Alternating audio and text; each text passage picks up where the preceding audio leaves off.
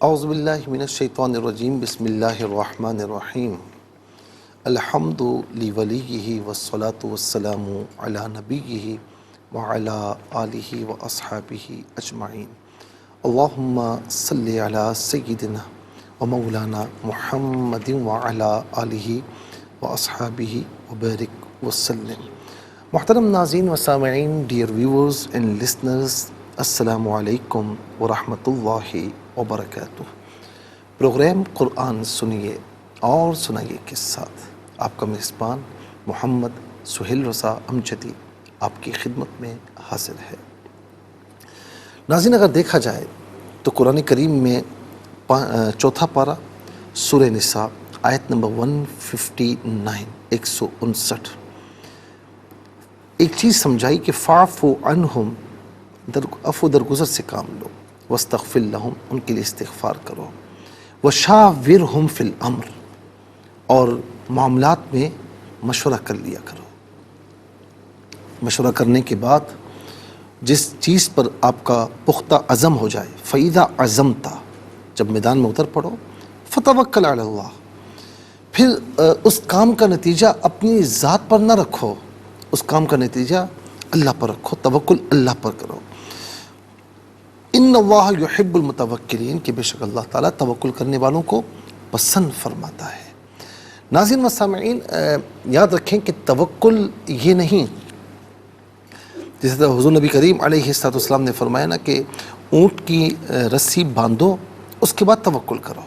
یہ نہیں کہ اونٹ کی رسی کھلی ہوئی ہے کہ مجھے اللہ پر توکل ہے، پھر توکل کی وہ منزل بھی لاؤ نا، وہ ہوتی نہیں ہمارے پاس، ٹھیک ہے۔ اسی طرح مثال کے طور پر آپ کی کار ہے، بائک ہے، گھر ہے، جب آپ یا آپ کی دکان ہے، آپ کا کاروبار ہے، آپ کہیں باہر جا رہے ہیں، تو ناظرین تمام حفاظت کے جو تقاضے ہیں اس کو پورا کریں، اس کو پورا کرنے کے بعد پھر نتیجہ اللہ تعالیٰ پر چھوڑ دیں۔ کاروبار بھی کر رہے ہیں، بزنس بھی کر رہے ہیں، تمام تقاضوں کو پورا کیجئے، اس کے بعد توکل علی اللہ کیجئے۔ کہتے ہیں کہ توکل وہ راستہ ہے کہ جو آپ دیکھیں کہ اسماعیل علیہ السلام پیاس سے تڑپ رہے ہیں، اور حضرت سیدہ ہاجرہ رضی اللہ تعالیٰ عنہ صفا مروہ کے مابین جاتی ہیں، پانی کی تلاش میں کہیں بھاگتی ہیں، پھر بچے کی یاد آتی ہے تو ناظرین اوپر کی طرف بھاگتی ہیں، پھر جب بچہ نظر کے سامنے ہے تو پھر جو ہے وہ نارملی چلتی ہیں۔ یہ ابراہیم علیہ السلام کا توکل تھا۔ انہوں نے جب ان کو اللہ تعالیٰ کا حکم ہوا تو اپنی زوجہ محترمہ اور اپنے جو ہے وہ چھوٹے شیرخوار بچے کو وہاں چھوڑ کر چلے گئے۔ یہ توکل کی اعلیٰ منزل تھی۔ پھر کیا ہوا کہ ایک روایت کے مطابق ایڑیاں رگڑنے سے، اسماعیل علیہ السلام کی ایڑیاں رگڑنے سے، اور ایک روایت کے مطابق جبرائیل علیہ السلام نے پر مارا تو وہاں سے آب زمزم یعنی جو پانی ہے اس کا چشمہ پھوٹ پڑا، اور آج تک جو ہے وہ اہل مکہ عمرہ کرنے والے، طواف کرنے والے، حج کرنے والے اس آب زمزم سے مستفیض ہو رہے ہیں۔ توکل وہ راستہ ہے کہ جو موسیٰ علیہ السلام کے لیے دریا میں راستہ بنوا دیتا ہے۔ کتنی بڑی فوج تھی، فرعون کی خدائی کا دعویٰ کرتا تھا، تو آپ توکل کرتے ہوئے اپنے ساتھیوں کے ساتھ ناظرین دریا میں تشریف لے گئے۔ جب توکل علی اللہ تھا، اس اعلیٰ منزل پر تھے، تو اللہ رب العالمین نے دریا میں راستے بنا دیے آپ کے لیے۔ توکل وہ ہے، وہ راستہ ہے کہ جو یوسف علیہ السلام کو اپنے والد محترم یعقوب علیہ السلام سے ملا دیتا ہے۔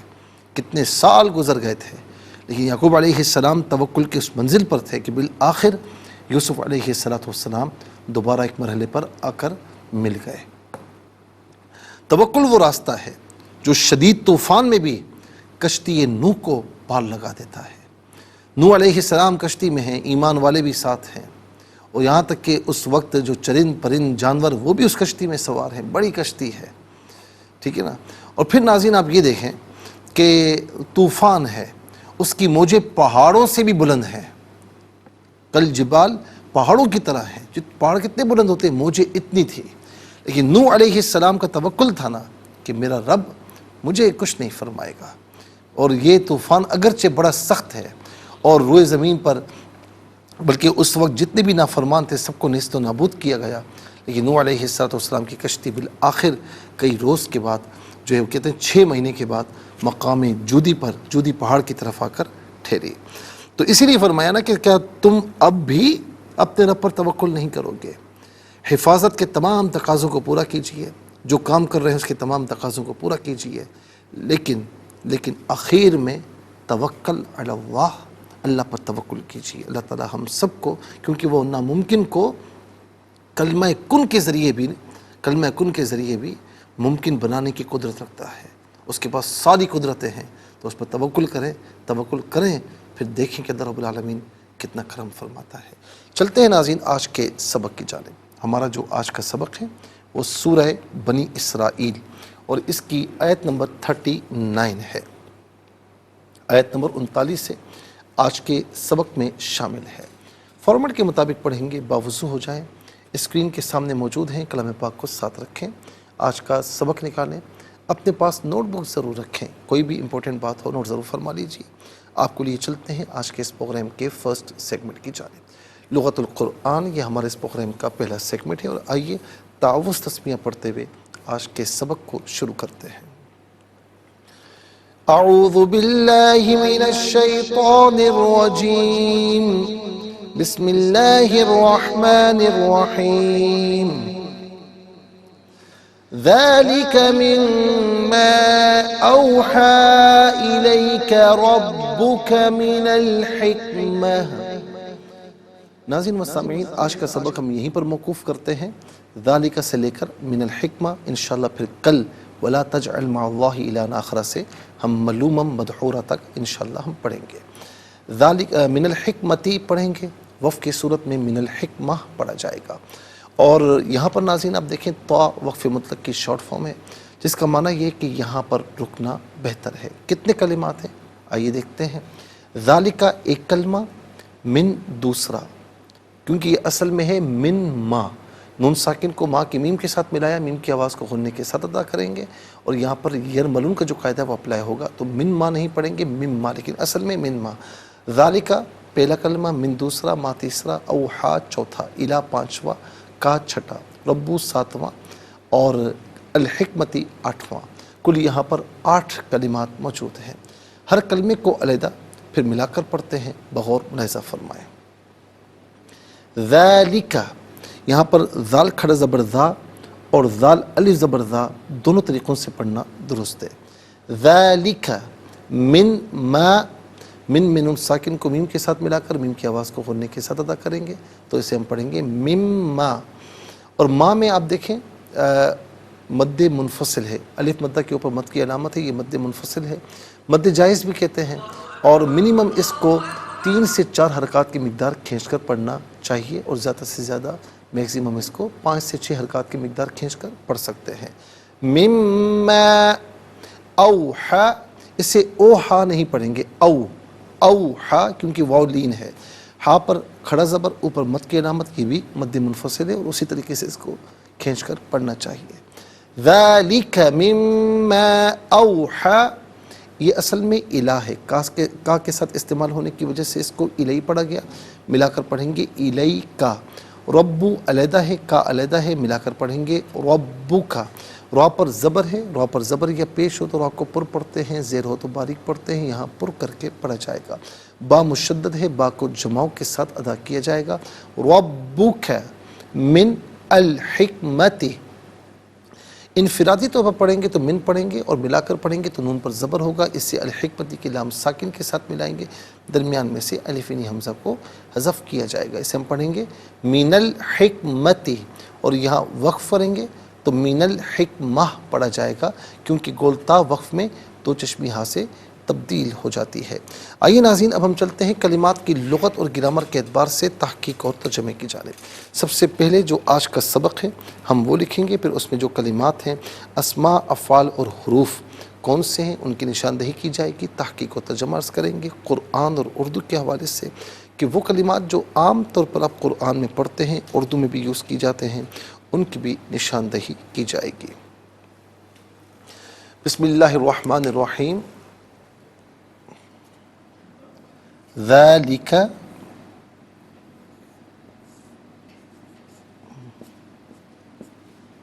مما، یہاں پر ہم نے نون ساکن لگا دیا ہے. اوحا،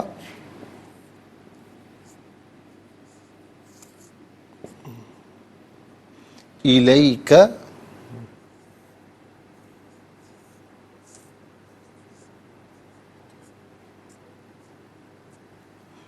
ربک،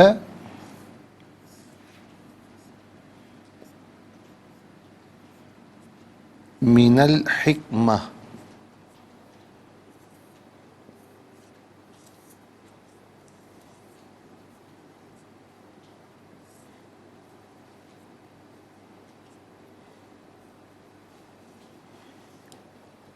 تو یہ ناظرین آج کا سبق ہے، ذالک مما اوحا الیک ربک من الحکمہ. تو سب سے پہلے ہم دیکھتے ہیں اسما. اسما کتنے ہیں، کون کون سے ہیں؟ تو پہلا اسم ہے ذالک، دوسرا ہے ما، اور تیسرا ہے کا ضمیر. یہاں پر بھی کا ضمیر ہے، نمبر 3 آئے گا. چوتھا رب، پانچواں الحکمہ. تو کل یہاں پر ناظرین ملا کر 5 اسما ہیں. پہلا ہے ذالک،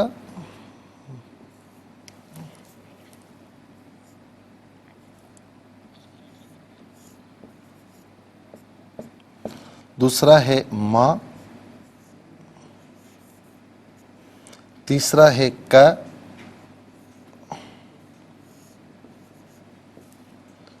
اور چوتھا ہے رب،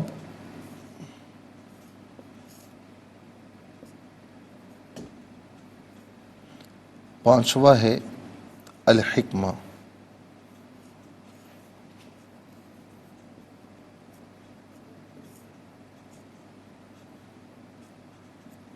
انشاءاللہ مزید پروگرام کو آگے بڑھاتے ہیں، لیکن ہمیں جانا ہوگا بریک کی جانب. کہیں جائے گا مت، ملاقات ہوگی مختصر سے بریک کے بعد. ویلکم بیک ناظرین و سامعین، چلتے ہیں آج کے پروگرام کی جانب. اور یہاں پر ہم افعال کو دیکھتے ہیں. تو پہلا فعل اور ایک ہی فعل ہے اوحا. ایک ہی فعل ہے اوحا.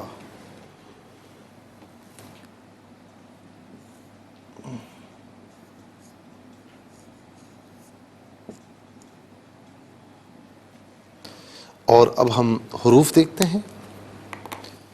تو پہلا ہے من. من یہاں پر بھی ہے اور یہاں پر بھی ہے. تو نمبر 1 من، اور نمبر 2 الہ.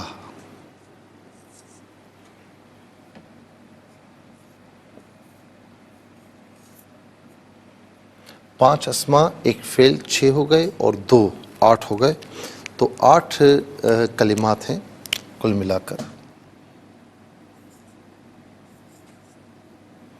تو چلیے ناظرین، سب سے پہلے ہم چلتے ہیں اسما کی جانب. پہلا اسم ہے ذالک.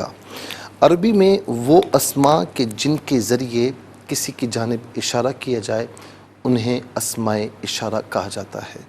اور ھذا قریب مذکر کے لیے آتا ہے، واحد مذکر کے لیے اس کا معنی ہوتا ہے یہ.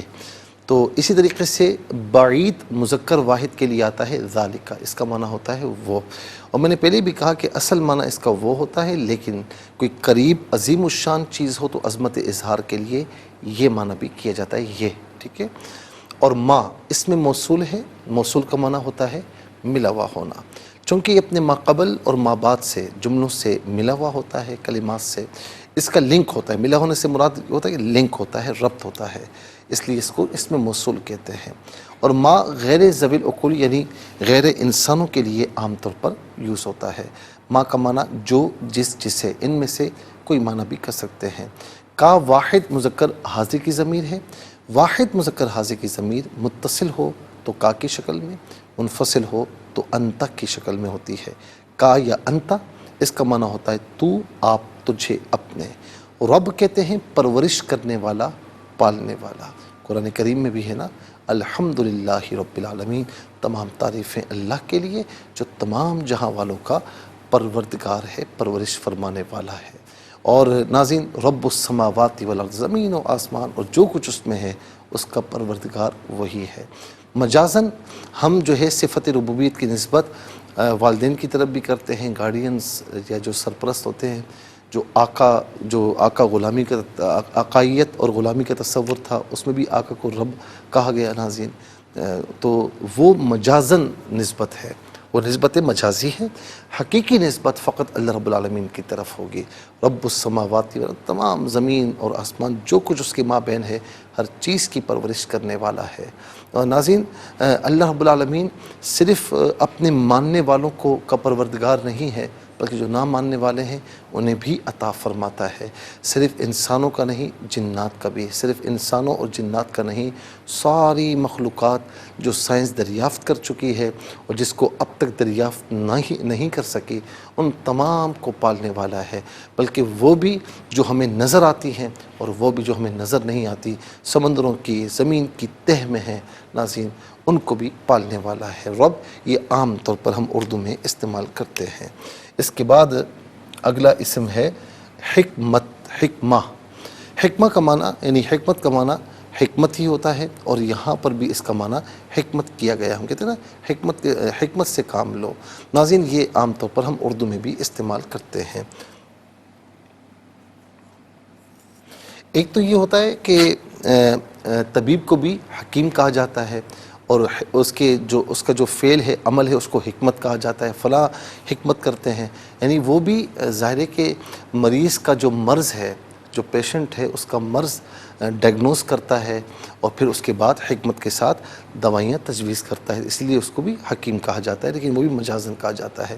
تو اور اسی طریقے سے ناظرین معاملات میں حکمت اختیار کرنے والا، حکمت اور چیز ہے، حکمت اور چیز ہے، اور جھوٹ اور چیز ہے، منافقت اور چیز ہے۔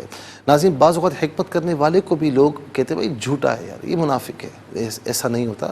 دیکھیں حکمت مثال کے طور پر آپ کہیں سچ بولتے ہیں تو اس سے اندیشہ فتنہ ہے، فتنے کا اندیشہ ہے کہ لڑائیاں ہو جائیں گی یا خاندان میں ابال آ جائے گا، معاملات بڑے خراب ہو جائیں گے، تو آپ سچ نہیں بولتے اور خاموش رہتے ہیں، تو یہ منافقت نہیں ہے، یہ حکمت ہے۔ ہاں جھوٹ بولنا وہ تو کھلا جھوٹ ہے، جھوٹ تو جھوٹ ہی ہوتا ہے۔ یہاں تک کہ لڑائی کا اگر پورا خطرہ موجود ہو تو وہاں پر مثال کے طور پر میاں بیوی ہیں، جھگڑا ہو گیا بہت زیادہ، اور ناظرین اب بیچ میں جتنے پڑھنے والے ہوتے ہیں وہ لگائی بجھائی اور زیادہ کرتے ہیں، تو اس طرح نہیں کرنا چاہیے۔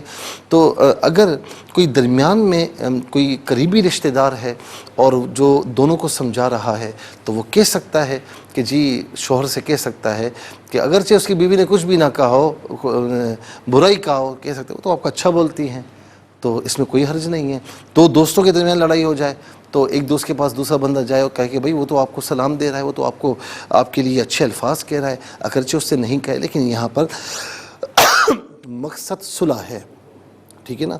تو ناظرین جب یعنی عذر کے وقت اگر یہاں پر اس طرح بولنا جائز ہے کہ دونوں میں لڑائی نہ ہو جائے، تو پھر حکمت اختیار کرنا یہ بہت اچھی بات ہے، اور حکمت جو ہے یہ یوں سمجھ لیں کہ اختیار کرنی چاہیے۔ اس کے بعد ناظرین چلتے ہیں افعال کی جانب۔ پہلا فعل ہے اوحا۔ اوحا فعل ماضی معروف، صیغہ واحد مذکر غائب، اس کا معنی ہے اس نے وحی کی، اس نے وحی کی۔ وحیٌ اس کا مصدر ہے جو کہ عام طور پر ہم اردو میں استعمال کرتے ہیں، وحی الہی ہم کہتے ہیں نا۔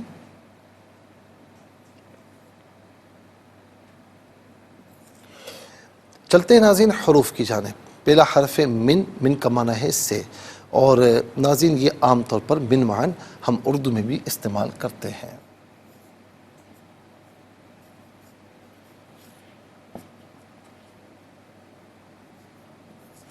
اور اس کے بعد الہ ہے، الہ غایت کے لیے استعمال ہوتا ہے، اس کا معنی ہوتا ہے طرف کی طرف، ان میں سے کوئی معنی بھی ہم قرینے کے اعتبار سے کر سکتے ہیں۔ تو دیکھیے 5 اسماء ہیں اور ایک فعل ہے اور 2 حروف ہیں، تو کل ملا کر 8 کلمات ہوئے۔ 8 کلمات میں ناظرین 4 کلمات، نصف کلمات ایسے ہیں جو عام طور پر ہم اردو میں استعمال کرتے ہیں۔ وہ کون کون سے ہیں؟ نمبر 1 رب، نمبر 1 رب، نمبر 2 حکمت، نمبر 3 اوحا میں وحی، اور نمبر 4 من میں من وعن۔ آئیے حروف کو آپس میں ملا کر کلمہ، کلمات کو آپس میں ملا کر جملہ کلام یا آیت کیسے بنا کرتے ہیں، تو آئیے ملاحظہ فرمائیے۔ ذال کھڑا زبر ذا یا ذال الف زبر ذا، لام زل لی، کاف زبر کا، ذالکا۔ میم نون میم زیر مم، یا اسے میم میم زیر مم بھی پڑھ سکتے ہیں۔ میم الف زبر ما، مما، ذالک مما، حمزہ واو زبر او، حا کھڑا زبر حا، او حا، حمزہ زیر ای، لام یا زبر لی، کاف زبر کا، الیکا۔ ربا زبر رب، با پشبو، کاف زبر کا، ربکا۔ میم زیر می، نون لام زبر نل، حا کاف زیر حک، میم زبر ما، تا زیر تی، من الحکمتی، یہاں وقف کریں گے تو من الحکمہ پڑھیں گے۔ آئیے ناظرین چلتے ہیں تلاوت کی جانب۔ سب سے پہلے ہم تلاوت کریں گے ترتیل کے ساتھ، آئیے سماعت فرمائیے۔ اعوذ باللہ من الشیطان الرجیم، بسم اللہ الرحمن الرحیم۔ ذالک مما اوحی الیک ربک من الحکمہ۔ اب ہم پڑھیں گے ناظرین حیدر کے ساتھ، جسے نماز تراویح میں آپ سنتے ہیں یا پڑھتے ہیں۔ ذالک مما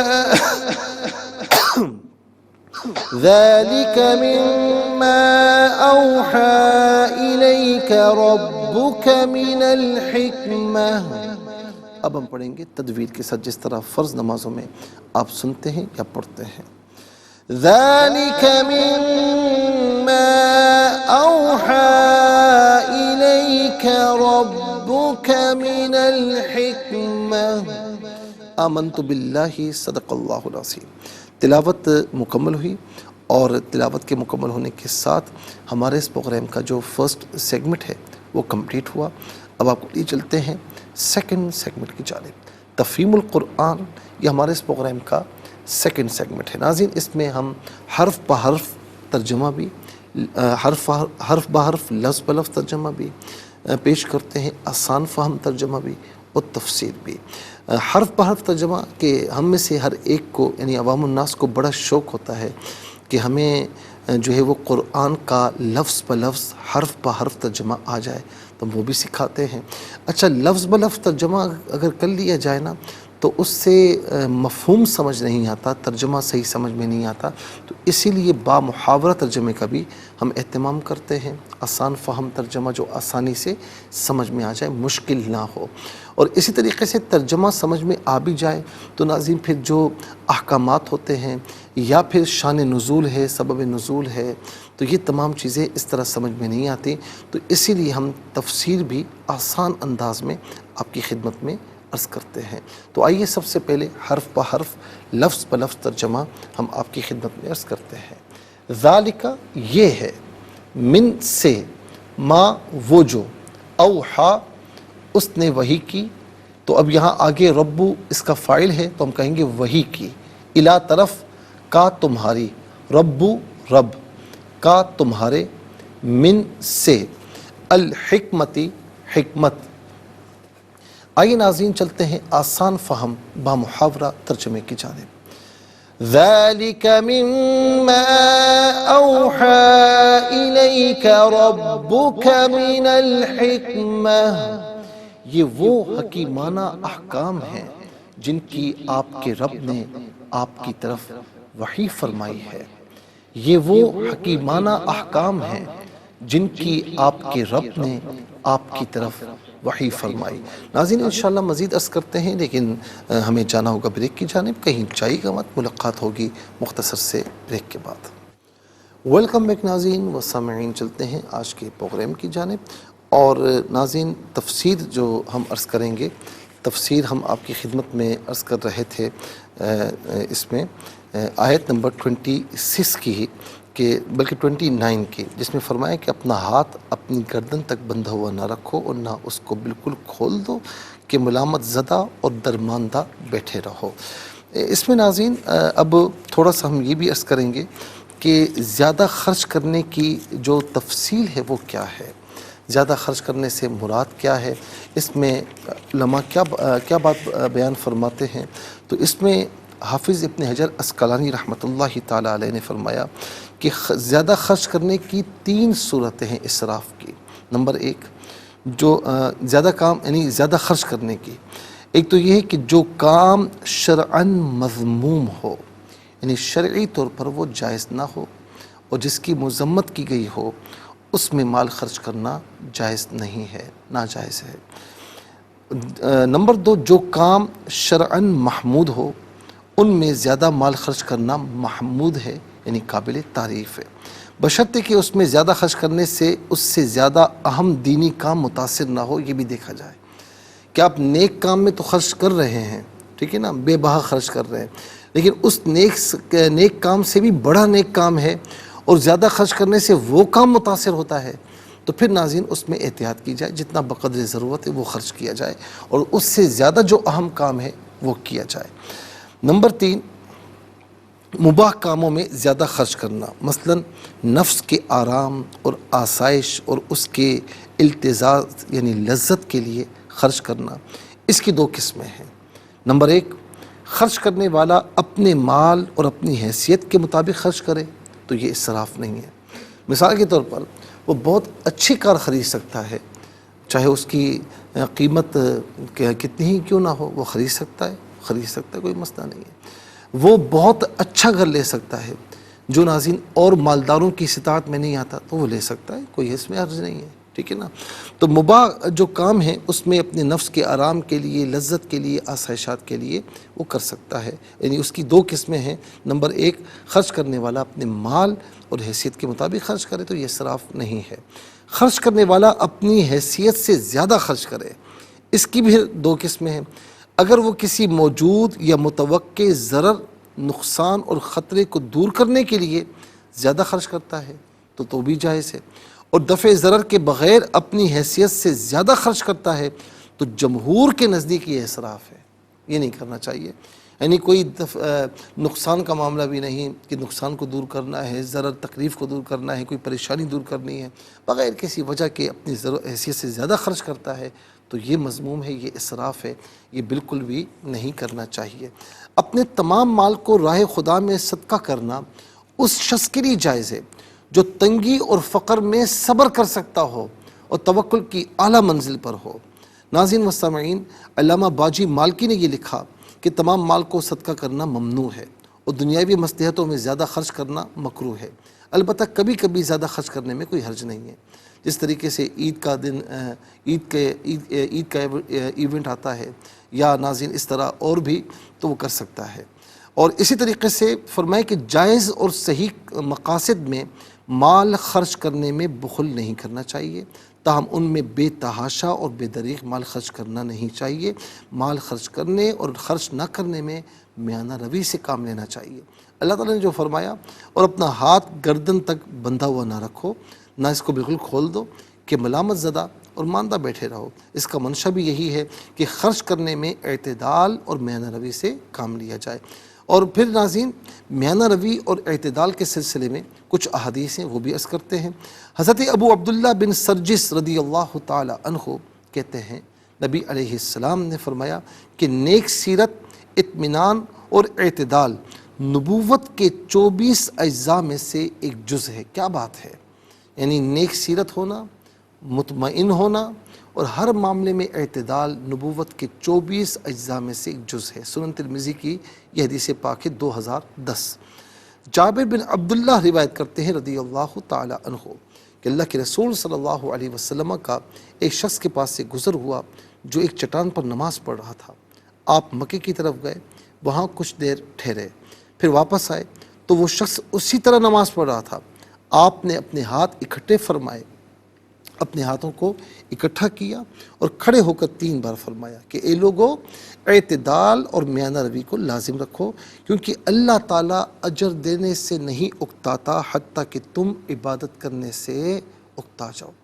کتنا خیال فرمایا ہمارے نبی صلی اللہ تعالیٰ علیہ وسلم نے کہ بعض اوقات ہم دیکھتے ہیں کہ کوئی ایک دم زیادہ عبادتیں شروع کر دیتا ہے اور پھر ایک دم چھوڑ دیتا ہے، لیکن جو میانہ روی کے ساتھ کم اگرچہ عبادت کرے لیکن کنٹینیوٹی کے ساتھ کرے، تو ناظرین حدیث پاک بھی اس طرح ہے کہ اس شخص کی طرح نہ ہو جانا جو بہت زیادہ عبادت کرتا تھا پھر چھوڑ دیا، بلکہ اس شخص کی طرح ہونا کہ جو کم عبادت کرتا ہے لیکن ہمیشگی کے ساتھ عبادت کرتا ہے۔ سیدہ ام المؤمنین سیدہ عائشہ رضی اللہ تعالیٰ عنہ نے یہی فرمایا تھا نا صحابہ کرام کے پوچھنے پر کہ آقا علیہ السلام کا عمل کیا ہے جس کو وہ ہمیشہ فرماتے ہوں، زیادہ فرماتے ہوں، تو فرمایا کہ ہر عمل ہمیشگی کے ساتھ فرماتے ہیں، ہمیشگی کے ساتھ، کنٹینیوٹی کے ساتھ۔ اسی طریقے سے حضرت ابو ہریرہ رضی اللہ تعالیٰ عنہ بیان کرتے ہیں کہ آقا علیہ السلام نے فرمایا کہ تم میں سے کسی شخص کو اس کا عمل ہرگز نجات نہیں دے گا۔ صحابہ نے عرض کی یا رسول اللہ آپ کو بھی نہیں؟ فرمایا مجھ کو بھی نہیں، مگر یہ کہ اللہ کی رحمت مجھے ڈھانپ لے۔ درست عمل کرو، صحت کے قریب عمل کرو، صبح اور شام اور رات کے آخر حصے میں عمل کرو، اور اعتدال کو لازم رکھو، تم منزل پر پہنچ جاؤ گے۔ ناظرین یہ آقا علیہ السلام نے جو فرمایا نا کہ مجھ کو بھی نہیں، تو یہ آپ نے ایک تعلیم امت کے لیے فرمایا، ورنہ آپ کا مقام اللہ تعالیٰ کی بارگاہ میں بہت عظیم ہے۔ جابر بن عبداللہ رضی اللہ تعالیٰ عنہ بیان کرتے ہیں کہ ہم اللہ کے رسول علیہ السلام کی خدمت میں گئے تو آپ علیہ السلام نے ایک شخص کو دیکھا جس کے بال گرد آلود ہیں، غبار سے اٹے ہوئے ہیں، بکھرے ہوئے تھے۔ آپ نے فرمایا کہ کیا اس شخص کو کوئی ایسی چیز نہیں ملتی جس سے اپنے بالوں کو درست کر سکے؟ پھر ایک اور شخص کو دیکھا جو میلے کپڑے پہنے ہوئے تھا، تو آپ علیہ السلام نے فرمایا کہ کیا اس شخص کو کوئی ایسی چیز نہیں ملتی جس سے اپنے کپڑے دھو سکے؟ ابو الاحوص اپنے والد سے روایت کرتے ہیں کہ نبی علیہ السلام کی خدمت میں حاضر ہوا، معمولی کپڑے پہنے ہوئے تھے۔ آپ نے پوچھا تمہارے پاس مال ہے؟ میں نے کہا جی ہاں۔ آپ نے پوچھا کون سا مال ہے؟ کون سا مال ہے؟ فرمایا کہ عرض کی کہ مجھے اللہ تعالیٰ نے اونٹ، بکریاں، گھوڑے، غلام سب کچھ دیے ہیں۔ تو آپ نے فرمایا جب تمہیں اللہ تعالیٰ نے مال دیا ہے تو اللہ تعالیٰ کی دی ہوئی نعمت اور عزت کا اثر تم پر ظاہر ہونا چاہیے۔ اللہ اکبر۔ فَلْيُرَا عَلَيْكَ، وہ اثر تم پر ظاہر ہونا چاہیے۔ یہ تکبر اور غرور نہ ہو، ریاکاری نہ ہو، اللہ تعالیٰ کی رضا کے لیے۔ تو ناظرین یہ میں نے پہلے بھی کہا کسی موقع پر کہ ہمیں صاف ستھرا پاکیزہ رہنا چاہیے۔ اور عبداللہ ابن مسعود رضی اللہ تعالیٰ عنہ بیان کرتے ہیں کہ اللہ کے رسول صلی اللہ علیہ وسلم نے فرمایا کہ جس شخص نے اعتدال اور میانہ روی اختیار کی وہ کبھی تنگ دست نہیں ہوگا۔ خلاصہ یہ ہے کہ ہر خلق اور ہر وصف کی دو جانبین ہیں، افراط اور تفریط، یہ دونوں مضمون ہیں۔ خرچ نہ کرنے میں زیادتی ہو تو یہ تفریط اور بخل ہے، اور خرچ کرنے میں زیادتی ہو تو یہ افراط اور اسراف ہے۔ خرچ کرنے کے محل میں انسان خرچ نہ کرے اور خرچ نہ کرنے کے محل میں بھی خرچ نہ کرے، یہ بخل ہے، اور خرچ کرنے کے محل میں بھی خرچ کرے اور خرچ نہ کرنے کے محل میں بھی خرچ کرے تو یہ افراط اور تبذیر ہے، اور یہ دونوں مضموم ہیں۔ مستحسن یہ ہے کہ خرچ کرنے کے محل میں خرچ کرے اور جہاں پر خرچ کرنے کا محل نہیں ہے تو وہاں خرچ نہ کرے۔ ناظرین و سامعین، اللہ رب العالمین نے فرمایا کہ جب تم بے تحاشا خرچ کرو گے تو ملامت زدہ، تھکے ہارے بیٹھے رہ جاؤ گے۔ مثلاً ایک آدمی کو ہر ماہ خرچ کے لیے تنخواہ ملتی ہے، اگر وہ پوری تنخواہ مہینے کے ابتدائی 10 دنوں میں کھا پی لے اور لوگوں کو دے دلا کر اڑا دے تو مہینے کے باقی 20 دن کس مصیبت میں گزارے گا؟ لوگ اسے ملامت کریں گے نا کہ تم نے پہلے اتنا خرچہ کیوں کیا تھا کہ اب لوگوں سے تم مانگتے پھر رہے ہو۔ اللہ تعالی ہم سب کو میانہ روی کی توفیق نصیب فرمائے۔ ناظرین انشاءاللہ مزید عرض کریں گے لیکن آج کے لیے اتنا ہی کافی ہے، اور اس کے ساتھ ہی ہمارے اس پروگرام کا سیکنڈ سیگمنٹ کمپلیٹ ہوا۔ چلتے ہیں تھرڈ اور لاسٹ سیگمنٹ کی جانب۔ قرآن سب کے لیے یہ سیگمنٹ آپ کا سیگمنٹ ہے، دنیا بھر سے آپ ہمیں کالز کر سکتے ہیں، اسکرین پر نمبرز ڈسپلے۔ آپ کا تعلق پاکستان سے بعد دنیا کے کسی خطے کسی ملک سے ہو، اٹھائیے اپنے فونز، ڈائل کیجیے نمبرز کو اور جوائن کیجیے ہمارے اس پروگرام کو۔ دیکھتے ہیں اس وقت لائن پر ہمارے ساتھ کون ہے۔ السلام علیکم۔ وعلیکم السلام ورحمۃ اللہ وبرکاتہ۔ جی کہاں سے؟ جی اقبال سے۔ جی سنائیے۔ اعوذ باللہ من الشیطان الرجیم، بسم اللہ الرحمن الرحیم، ذالک مما اوحی الیک ربک من الحکمہ۔ جزاک اللہ خیر۔ السلام علیکم۔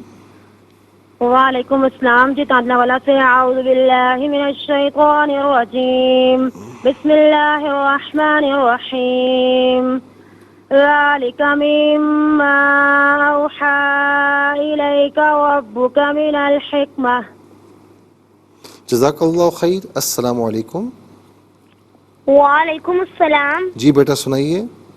جی أعوذ بالله من الشيطان الرجيم بسم الله الرحمن الرحيم ذلك مما أوحى إليك ربك من الحكمة.